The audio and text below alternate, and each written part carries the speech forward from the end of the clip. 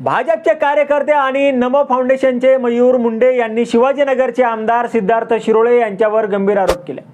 यासोबतच मयूर मुंडे यांनीही भाजपचा निरोप घेतलाय। मुंडे यांनी 2021 मध्ये औंधमध्ये पंतप्रधान नरेंद्र मोदी यांचं मंदिर बांधलं होतं। ते म्हणाले, मी अनेक वर्षापासून पक्षासाठी निष्ठेने काम करत आहे। मी विविध पदांवर प्रामाणिकपणे काम केलंय, मात्र भाजप आपल्या निष्ठावंत कार्यकर्त्यांकडे दुर्लक्ष करत आहे। अन्य पक्षातून येणाऱ्यांना पक्ष महत्त्व देत आहे। आमदारांचा पाठिंबा भक्कम करण्यासाठी संघटनेत आपल्या आवडत्या व्यक्तींना पदे दिली जात असल्याचा आरोप मुंडे यांनी केला आहे। इतर पक्षातून आलेल्या लोकांना पक्षात विविध पदांवर नियुक्त केलं जात आहे। जुन्या आणि निष्ठावान कार्यकर्त्यांचा अपमान होत असल्याचे मुंडे यांचं म्हणणं आहे। त्यांना पक्षाच्या बैठकांना बोलावले सुद्धा जात नाही।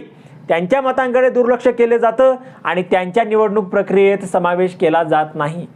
मयूर मुंडे समोर म्हणाले की मी पंतप्रधान मोदींचा कट्टर समर्थक आहे आणि त्याच्यासाठी काम केलं आहे, पण पक्षात आमच्यासारख्या लोकांना स्थान नाही, त्यामुळेच मी पक्ष सोडत आहे। मयूर मुंडे यांनी त्यांच्या राजीनाम्याची प्रत पंतप्रधान मोदी, केंद्रीय मंत्री अमित शहा आणि राष्ट्रीय राज्य आणि शहर भाजपच्या प्रमुखांना पाठवली आहे। महाराष्ट्र विधानसभा निवडणुकीपूर्वी भाजपच्या पुणे विभागामध्ये फूट पडली आहे। भाजपचे कार्यकर्ते आणि मोदी चाहते मयूर मुंडे यांनी पक्षाचा निरोप घेतला आहे।